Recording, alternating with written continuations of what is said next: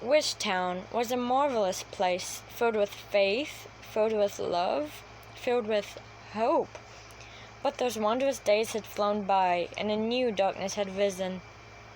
An elegant woman with long flowing red hair and sparkling green eyes sat on the roof of her house, watching as dawn turned to dusk. This woman in particular was different than most, as her father would often say. She possessed magic of the darkest kind, which made others fear her, even her own mother at times. Her father, however, was not afraid of anything. 3 years later, her mother died from lung cancer, and she was outright devastated. The tall woman turned to her father and spoke her first words in a few days. "I am setting out into the world," she said. "Why is that?" the father asked. "I need to find my destiny."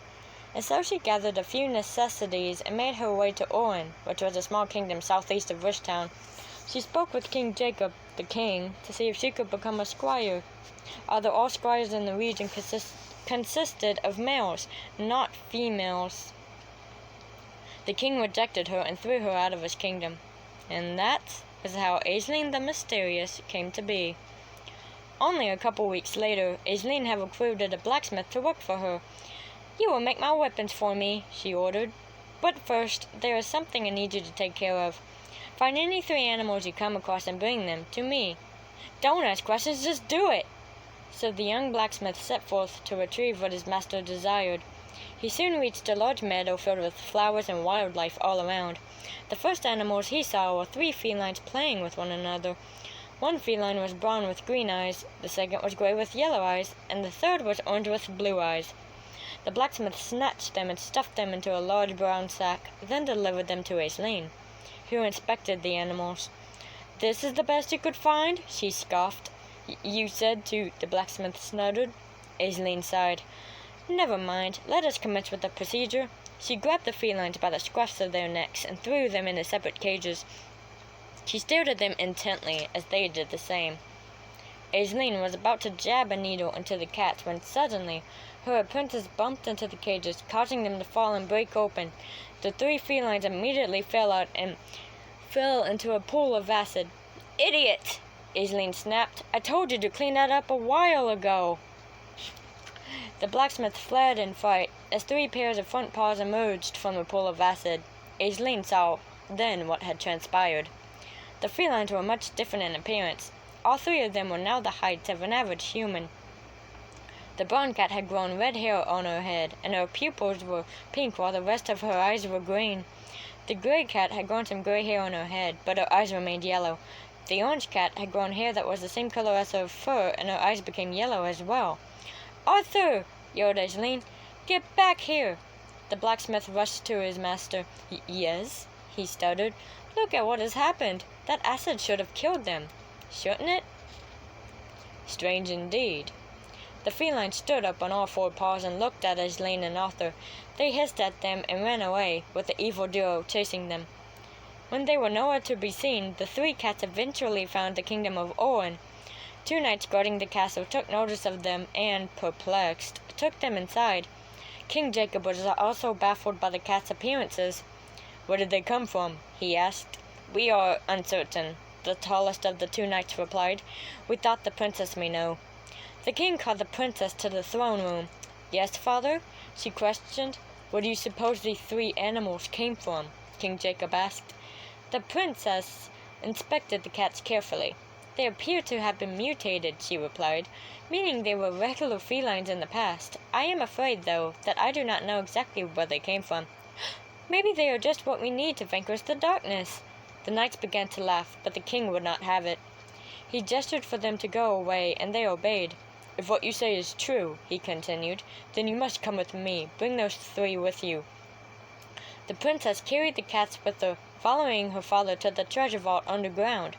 King Jacob grabbed an amulet that was on the other side of the room and handed it to the princess. The amulet was silver with a green gem in the center. "Put that amulet around one of their necks," King Jacob instructed. The princess put the amulet around the brown cat's neck. "Now let's go back to the throne room." And so they did. Now, about that amulet. It will give each feline a different ability. See if you can get them to stand on their back paws. The princess did as instructed. The cats fell at first, but they eventually got the hang of it. Next, the king gave them names. The brown cat was named Lysarian, the gray was Alexandra, and the orange was Elizabeth. The felines then received clothes. Lysarian now wore a green Egyptian headpiece and a purple vest, a pink bracelet on her left wrist, and a pink band on her right arm. She also wore a gold belt and red shorts. Alexandra wore the same type of clothing, except her headpiece and vest were purple and her shorts were tan. Elizabeth, on the other hand, wore a purple and green headpiece and wore armor, which consisted of the colors purple, gray, gold, red, silver, and brown. King Jacob then commanded the felines to speak. Instead of small meows, human words actually came out. "Where are we?" was all they could say. "You are in my kingdom Orin," the king replied. "I am King Jacob, and that is Princess Emily, my only daughter and child, for that matter." Lysarian looked down at her amulet, which had begun to glow. "What is this?" she asked. "That is an amulet, which grants the wearer the ability to possess any power." He looked at Alexandra and Elizabeth. "As for you two, you can only do so much." He gave Alexandra a huge cat bell with a gold chain, and Elizabeth a long black and gold sword with a brown handle. "That bell is magic and can heal the sick and injured. The sword is magic as well. One swing can vanquish any enemy. Now, Lysarian, that amulet is glowing because the darkness has risen." "What do you mean?" "An evil wizard by the name of Aislinn has wreaked havoc across this land, and many others," Princess Emily replied. "Look outside. Do you notice something different?" The three cat sisters looked through a nearby window and saw that the sky was purple. "What's that?" asked Alexandra. "That is the darkness, my friend," said King Jacob. "We were hoping that heroes would soon arrive," Princess Emily added, "and it seems we have found our candidates." "What do you expect us to do?" Elizabeth asked in a growl. "Find Aislinn," said the king. "It will take years to find her whereabouts, but of course it will take centuries for the darkness itself to spread completely. In the meantime, why don't you three take a look around the world? Find its many secrets, if you will." And so the three felines exited the kingdom. Their journey had officially begun.